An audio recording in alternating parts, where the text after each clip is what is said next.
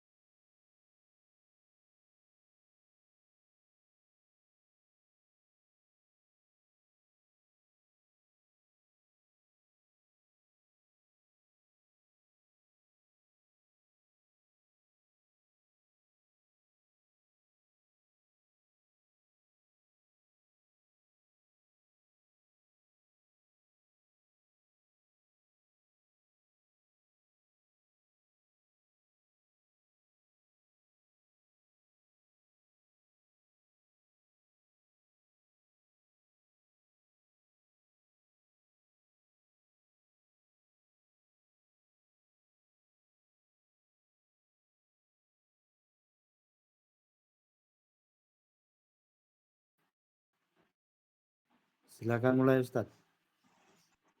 Sudah bisa dimulai? Naam Ustaz. Baik. Tafadhol Ustaz.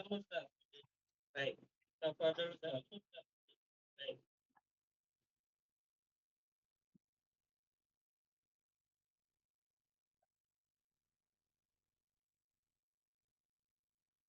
Bismillahirrahmanirrahim. Alhamdulillah rabbil alamin. Wa bihi nasta'inu ala umuri dunya waddin. Asyhadu an la ilaha illallah wahdahu la syarika lah, ilahul awwalin wal akhirin. Wa asyhadu anna sayyidana wa maulana Muhammad khataman nabiyyin wa ala alihi wa ashabihi wa man tabi'ahum bi ihsan ila yaumiddin. Uhayyikum bi tahiyyatil Islam. Assalamualaikum warahmatullahi wabarakatuh. Alhamdulillah, pada kesempatan kali ini Allah Subhanahu wa taala masih memberikan kepada kita kenikmatan yang luar biasa banyaknya. Dan kenikmatan yang paling agung adalah tatkala kita diberikan kesempatan oleh Allah Subhanahu wa taala untuk melakukan amal saleh. Terlebih lagi kita berada di bulan Muharram, bulan yang Allah sucikan, yaitu di bulan Dzulhijjah, yang mana kita diperintahkan untuk memperbanyak untuk melakukan amalan saleh di bulan yang mulia ini. Salawat serta salam tak lupa kita haturkan kepada Nabi kita yang mulia alaihi salatu wassalam, di mana beliau memberikan contoh kepada kita semuanya dalam mengamalkan atau di dalam menjalankan, menghabiskan waktu beliau pada bulan Muharram ini, yaitu bulan Dzulhijjah. Sampai pada bagaimana Nabi kita alaihi salatu wassalam melakukan haji wada terakhir kalinya sebelum Allah Subhanahu wa taala memanggil di sisi beliau alaihi salatu azza wa jalla. Ma'asyara al-ahibba al-fudala, ikhwan wa akhwati fid din rahimani wa rahimakumullah jami'an. Seperti yang kami sampaikan melalui Bapak Dedi, dan insyaallah taala pada sore hari ini, pada kajian kali ini kita akan membahas hadis-hadis yang berkaitan dengan bulan Dzulhijjah. Karena kita berada di bulan tersebut, dan kiranya tatkala kita membaca hadis-hadis Rasul sallallahu alaihi wasallam yang sahih yang berbicara tentang bulan Dzulhijjah ini, dapat memberikan semangat yang lebih untuk memanfaatkan waktu-waktu yang mulia pada hari-hari di bulan Dzulhijjah. Nah, Saya sudah kirim filenya. Mungkin ikhwan sekalian bisa untuk sambil dibuka filenya. Baik, korek kita ada nggak ini?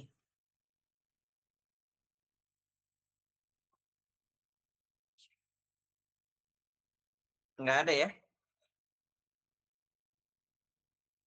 Al-Akh Iman wujud?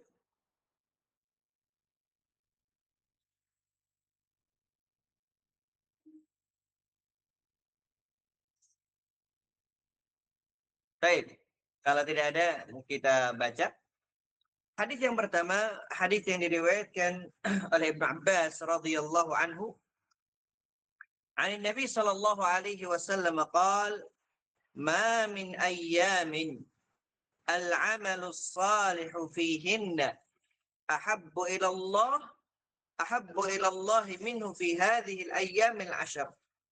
قال: ولا جهاد في سبيل الله. قال: ولا الجهاد في سبيل الله إلا رجل خرج بنفسه وماله ولم يرجع من ذلك بشيء.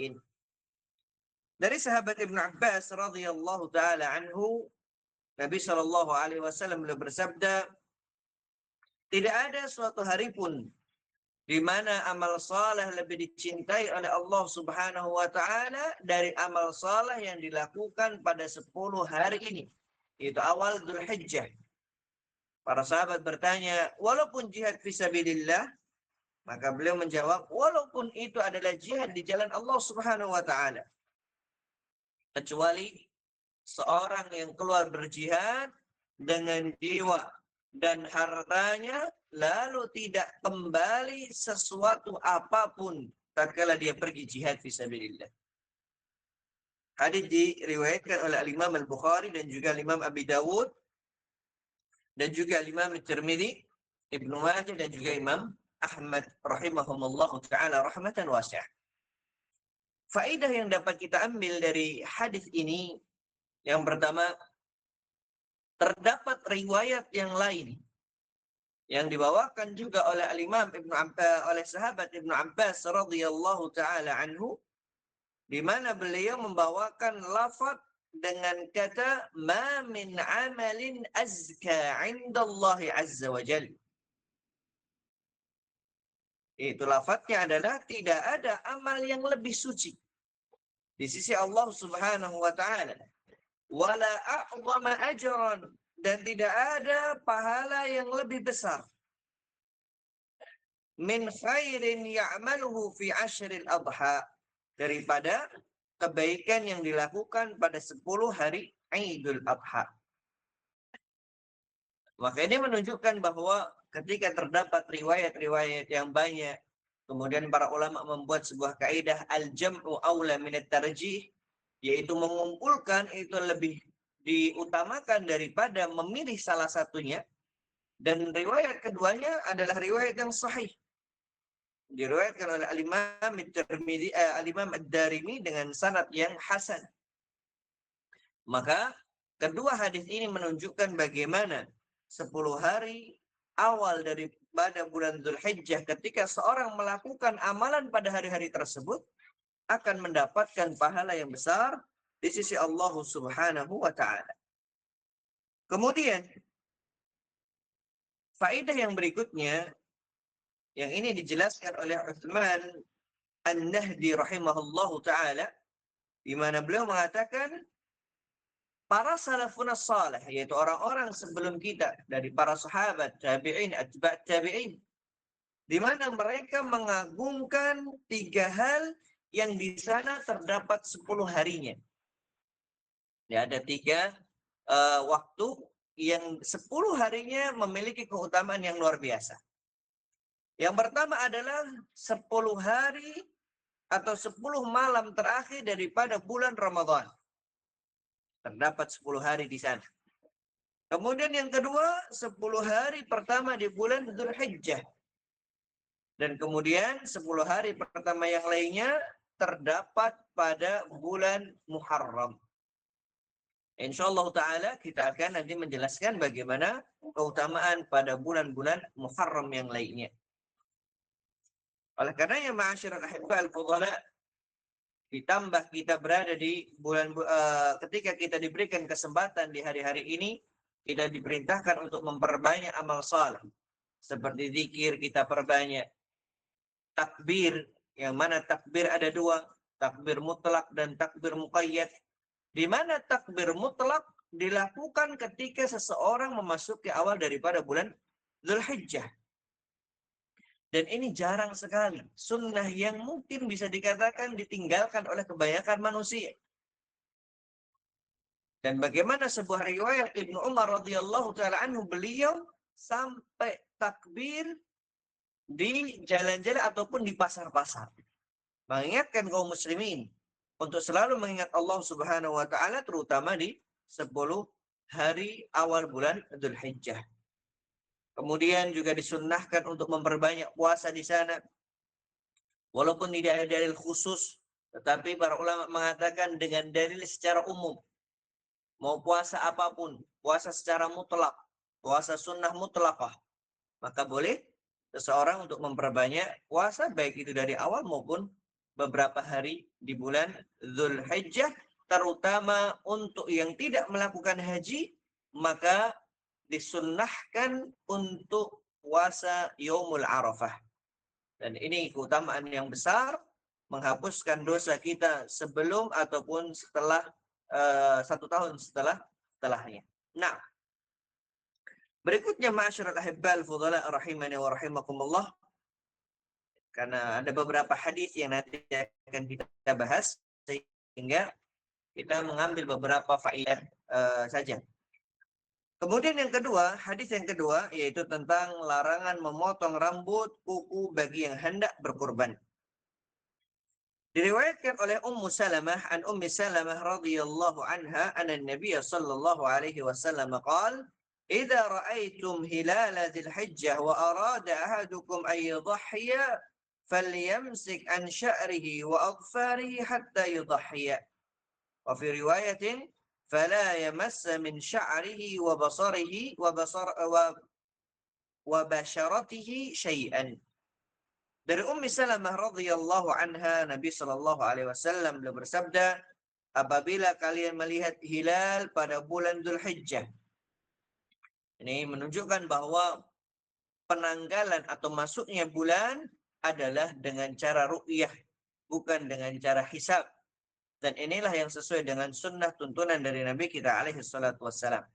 Dan tidak mungkin Rasulullah SAW kemudian ditutupi ilmunya oleh Allah Subhanahu wa ta'ala. Seakan-akan apa yang beliau bawa belum sempurna kalau ada yang mengatakan harus dengan atau bisa dengan cara yang lainnya. Bahkan pada musim inilah Rasulullah SAW turun kepada beliau ayat yang berbunyi al-yauma akmaltu lakum dinakum wa atmamtu alaikum ni'mati wa raditu lakum al-islam madina. Dalam surah Al-Maidah, bahwa telah sempurna agama ini, sempurna nikmat Allah juga sudah disempurnakan, Islam menjadi agama yang Allah ridhai.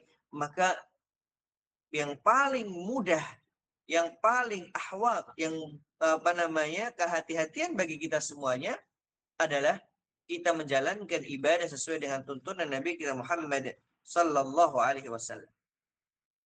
Wa arada ahadukum an yudhhiya, maka apabila salah satu di antara kalian menginginkan untuk berkorban, maka di sini dalam sabda Rasulullah SAW diberikan kata kunci bagi mereka yang hendak berkorban.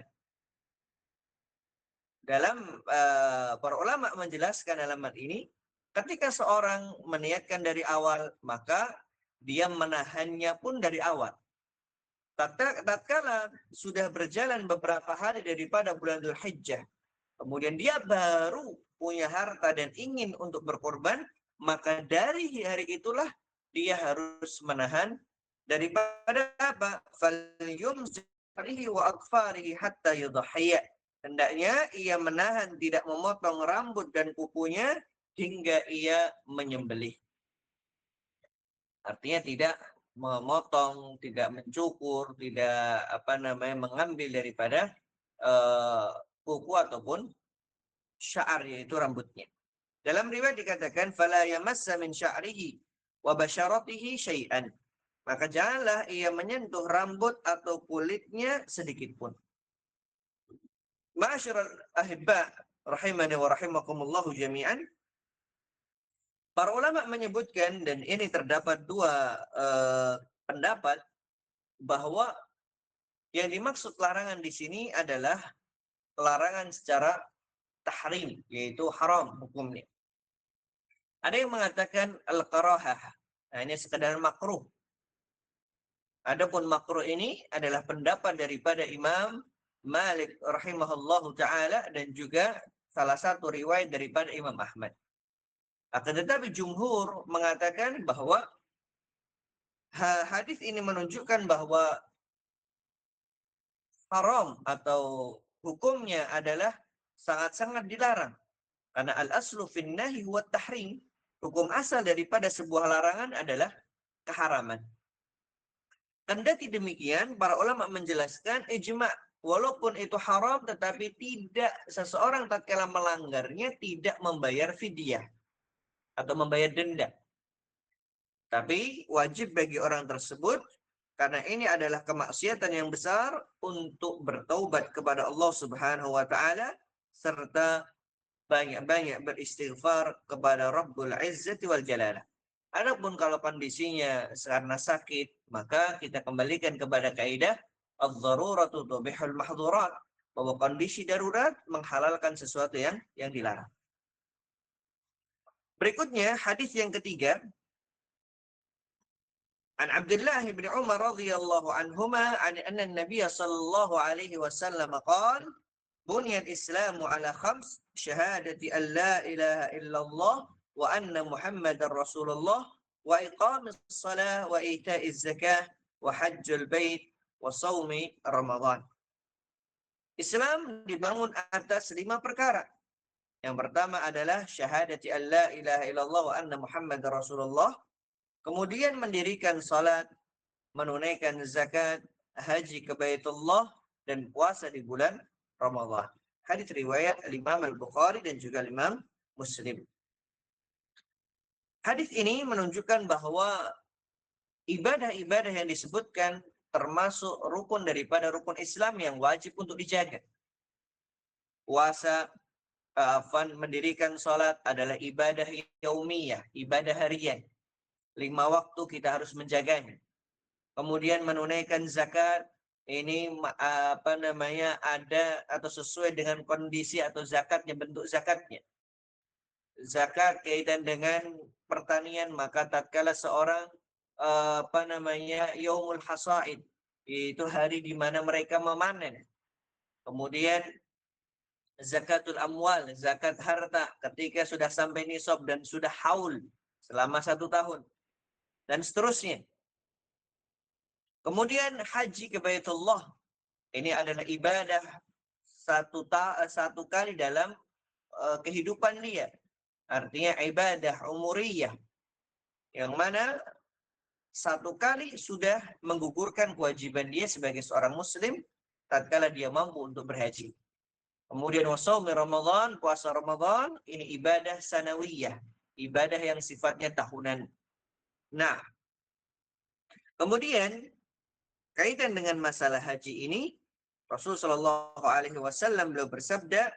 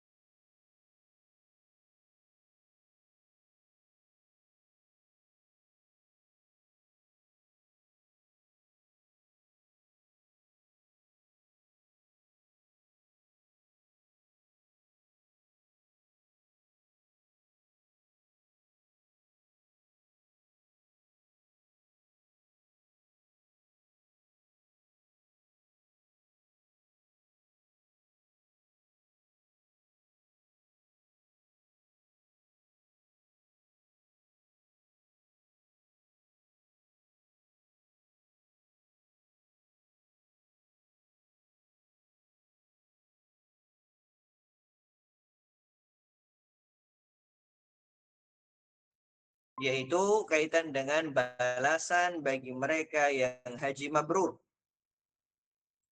An Abi Hurairah radhiyallahu taala anhu qala sami'tu Rasulullah sallallahu alaihi wasallam yaqul man hajja wa lam yarfuth wa lam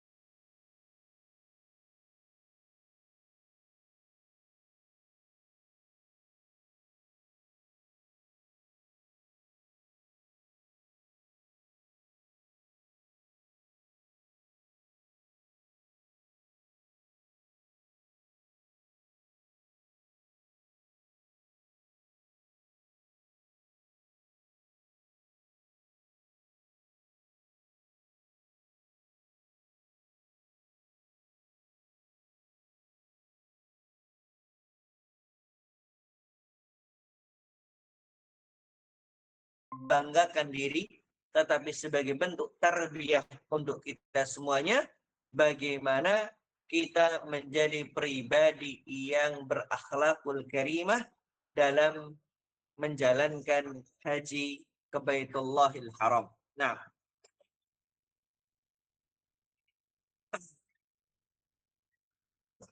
kemudian kita masuk kepada hadis yang berikutnya, hadis yang kelima. An Abi Hurairah radhiyallahu anhu anna Rasulullah sallallahu alaihi wasallam qala al-umratu ila al-umrati kaffaratun lima bainahun al-mabrur laysa lahu jazaa illa al-jannah. Dari Abi Hurairah radhiyallahu taala anhu, Rasul sallallahu alaihi wasallam bersabda, umrah ke umrah berikutnya adalah penghapus dosa di antara keduanya. Dan haji yang mabrur tidak ada balasan baginya kecuali surga. Kita lihat ma'asyiral ahibbal fudhala bahwa haji mabrur disebutkan oleh Nabi kita alaihi salatu wassalam adalah afdhalul a'mal, termasuk amalan yang paling mulia.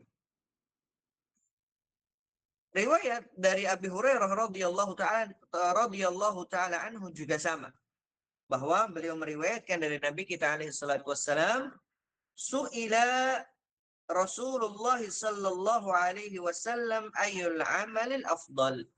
Pernah suatu ketika Rasul ditanya tentang amalan apa yang paling utama. Maka beliau menjawab, imanu billahi wa rasulih. Beriman kepada Allah dan juga Rasulnya.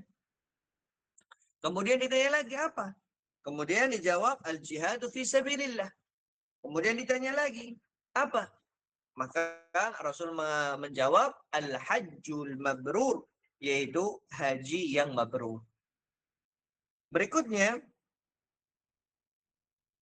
tanda bahwa haji itu diterima oleh Allah Subhanahu wa taala, hal ini dijelaskan oleh Al-Imam Ibnu Abdul Bar rahimahullahu taala rahmatan wasi'ah. Beliau mengatakan al-hajjul mabrur huwa alladhi la riya'a fihi wala sum'ah wala rafatha wala fusuq wa yakunu bimalin halalin. Beliau katakan tanda haji itu mabrur yang pertama, bahwa dia tidak ada riya di dalamnya dan juga tidak ada sum'ah. Hampir sama, riya itu seorang melakukan ibadah tetapi niatnya salah. Yang harusnya ibadah karena Allah tetapi dia niatkan agar dipandang menjadi Pak Haji, Mas Haji, atau Mas Umroh atau Pak Umroh. Adapun sum'ah, dia benar-benar memperindah ibadahnya, tujuannya agar dilihat, saya ini ibadahnya bagus. Dan juga wala rafat wala fusuk, tidak rafas dan juga tidak fusuk.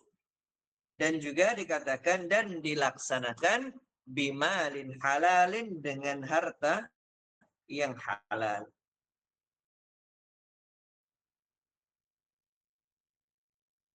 Karena memang Allah Subhanahu wa taala berfirman dalam hadis qudsinya,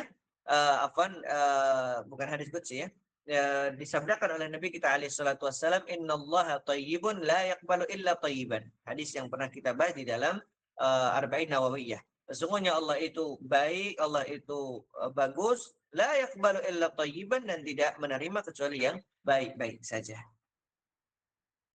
Kemudian hadis yang keenam, عن أنس رضي الله عنه قال ضحى النبي صلى الله عليه وسلم بكبشين أملحين أقرنين ذبحهما بيده وسمى وكبر ووضع رجله على صفاحهما.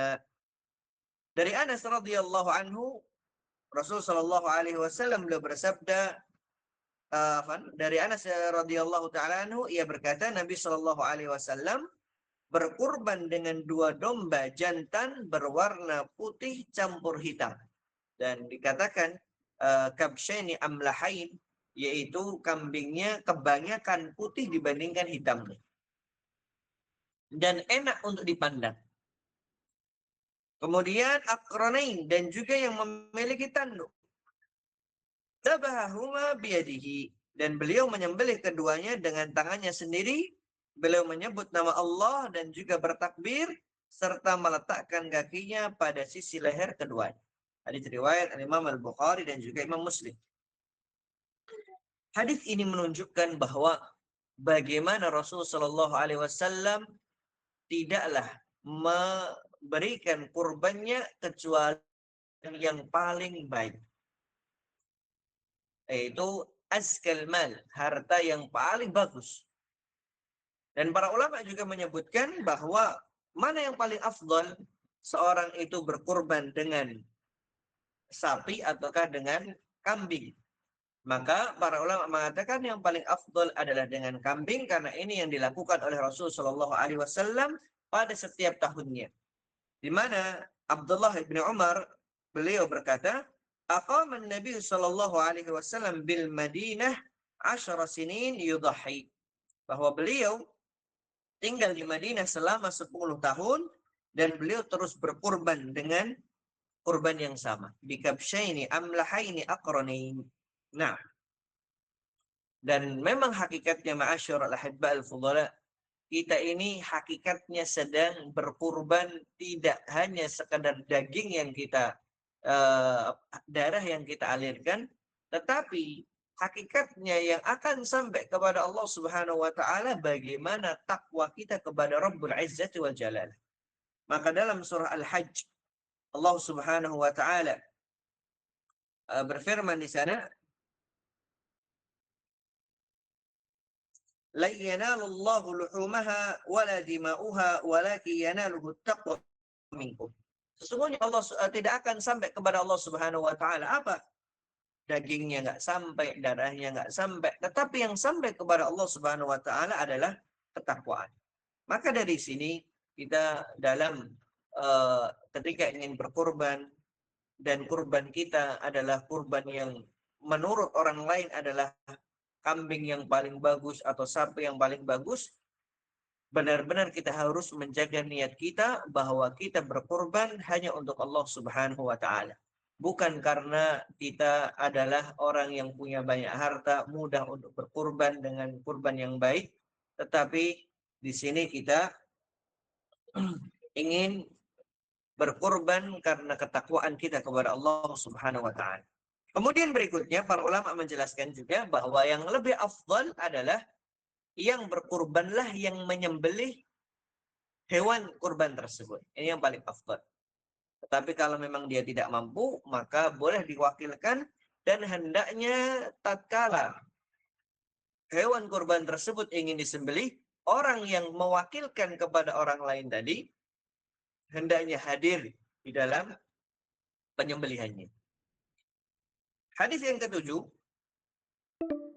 Jabir radhiyallahu anhu qala Rasulullah sallallahu alaihi wasallam, la tadhbahu illa musinnatan illa an yu'sara alaikum fatadhbahu jaz'atan min adh-dha'n.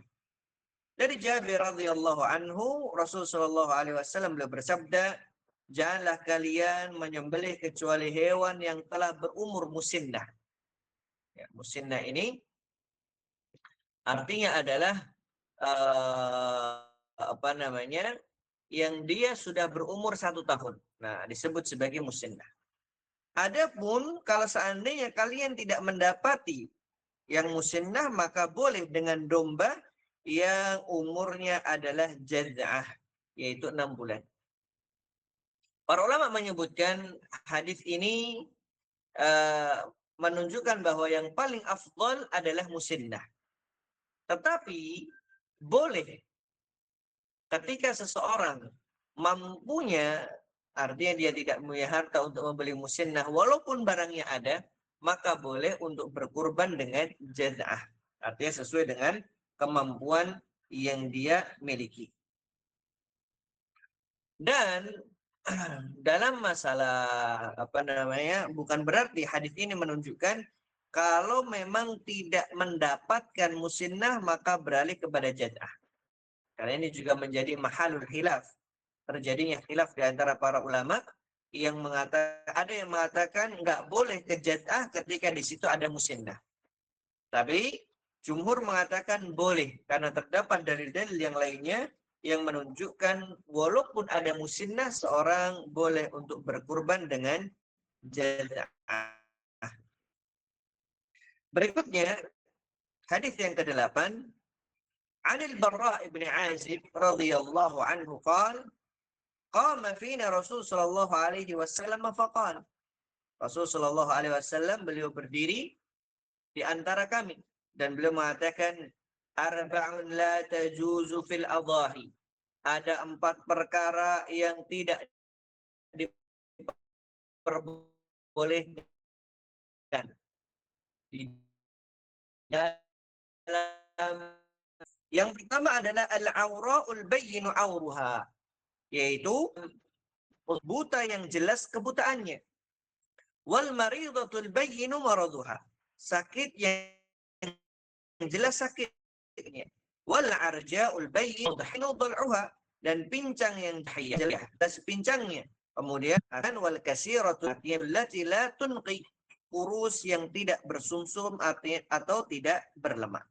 Para ulama menyebutkan dalam hadis ini menunjukkan apabila terdapat cacat yang lebih daripada itu, maka jelas tidak sah. Kemudian faedah yang kedua, ketika seseorang mendapatkan cacat-cacat tadi, maka dilihat kalau cacatnya memang benar-benar menjadikan contoh dia buta akhirnya tidak bisa melihat sama sekali, atau dia sakit dengan sakit yang sangat jelas sekali, atau pincang yang bahkan para ulama mengatakan sampai tatkala kawanannya pergi dia tidak bisa mengikuti kawanan tersebut, atau ternyata kurus sekali yang tidak memiliki daging, maka ini menjadikan sembelihan atau kurban yang dia lakukan tidak sah. Adapun kalau butanya, atau boleh dikatakan sebenarnya tidak buta, hanya sekedar mungkin matanya ada putih, bercak putih, yang itu sebenarnya tidak menjadikan dirinya salah ketika jalan, atau masih normal, maka tidak mengapa. Atau seandainya pun pincang, tapi pincangnya ternyata tidak menjadikan hewan tersebut tertinggal dari kawanannya, maka ini cacat yang dimaafkan. Artinya ketika seorang hanya memiliki hewan tersebut untuk berkorban, maka kurbannya tetap dikatakan kurban yang sah. Berikutnya hadis yang ke-9. An Abi Qatadah al-Ansari radhiyallahu anhu anna Rasulullah sallallahu alaihi wasallam su'ila an siyam yaum Arafah. Faqala yukaffiru as-sanata al-madiyah wal baqiyah. Dari Abu Qatadah al-Ansari radhiyallahu anhu, Rasul sallallahu alaihi wasallam beliau bersabda, pernah ditanya tentang masalah puasa hari Arafah. Maka beliau menjawab bahwa puasa Arafah yukaffiru sanatal madiyah wal baqiyah, dapat menghapuskan atau meleburkan dosa setahun yang lalu dan setahun yang akan datang, rawahu Muslim. Para ulama sepakat yaitu dosa yang dapat dilebur adalah dosa-dosa shaghair, yaitu yang kecil. Adapun dosa al-kabair tidak dapat dihapus kecuali dengan taubatan nasuha. Kemudian, ma'asyiral ahibba al-fudala rahimani wa rahimakumullah jami'an, hadis yang ke-10 an Abdullah ibn Qurtin an Nabi sallallahu alaihi wasallam qala inna a'zamal ayyami 'inda Allah ta'ala yaumun nahr thumma yaumul qar. Sesungguhnya hari yang paling agung di sisi Allah Subhanahu wa taala adalah hari Nahar, yaitu 10 Dzulhijjah, kemudian hari Qar, yaitu hari setelah Idul Adha. Maka di sini juga terdapat sunnah, yaitu takbir muqayyad yang dilakukan setelah ba'da salah. Kita memperbanyak. Ini yang terkadang kita dapatkan di masyarakat kita, takbir muqayyadnya nggak banyak yang melakukan, takbir mutlaknya apalagi. Maka mari kita berusaha untuk menghidupkan sunnah Rasul Shallallahu Alaihi Wasallam. Ketika kita bekerja, kita takbir. Ketika kita istirahat, kita takbir. Ketika kondisi apapun, mengendarai motor, kita bertakbir. Dan nanti ketika memasuki tanggal 9 daripada bulan Dzulhijjah, yaitu Yaumul Arafah, disunnahkan dan boleh untuk melakukan takbir muqayyad. Jadi takbir muqayyad tidak hanya dilakukan pada Idul Adha saja, tetapi sudah dimulai dari tanggal 9 daripada bulan Dzulhijjah atau Yaumul Arafah. Kemudian yang terakhir, ma'asyara al-ahibba al-fudala rahimani wa rahimakumullah, hadis yang ke-11. An Nubaisyah al-Hudhali qala Rasulullah sallallahu alaihi wasallam ayyamut tasyrik ayyamul akli wasyurb wa fi riwayatin wa dzikrillah. Rasulullah SAW beliau bersabda, hari-hari tasyrik adalah hari makan dan minum. Dalam riwayat yang lain dikatakan dan zikir kepada Allah Subhanahu wa taala. Jangan berhenti pada hari untuk makan minum, tetapi kita tambahi di sana hari untuk mengingat Allah Subhanahu wa taala. Makan minumnya kencang tetapi zikirnya lupa. Na'udzubillahi tsumma na'udzubillah. Naam, ma'asyara al-ahibba al-fudala rahimakumullah. Mungkin itu yang dapat kita sampaikan pada kesempatan kali ini. Kurang lebihnya kami mohon maaf. Semoga ibadah kita di bulan Dzulhijjah ini diterima oleh Allah Subhanahu wa taala. Allahumma taqabbal a'malana wa nas'alullah Subhanahu wa taala ay yarzuqana 'ilman nafi' wal 'amala shalih. Mungkin kita cukupkan atau ada pertanyaan?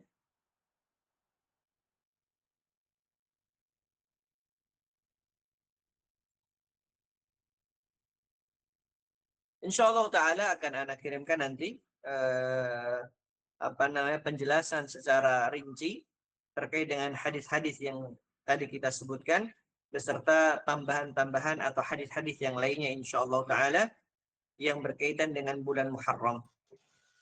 Dan kami terjemahkan dari kitab yang ditulis oleh Syekh Abdullah ibn Saleh Al-Fauzan hafizahullah ta'ala wa ra'ahu, dan semoga bermanfaat untuk seluruh jamaah sekalian. Baik, mungkin itu yang dapat kita sampaikan pada kesempatan kali ini. Kurang lebihnya mohon maaf sebesar-besarnya. Nas'alullah as-salamah wal afiyah wa nas'alullah at-taufiq was sadad. Wassallallahu ala nabiyyina wa rasulina Muhammad wa akhiru da'wana alhamdulillahi rabbil alamin. Wassalamualaikum warahmatullahi wabarakatuh. Waalaikumsalam warahmatullahi wabarakatuh. Waalaikumsalam warahmatullahi wabarakatuh. Barakallahu fiikum.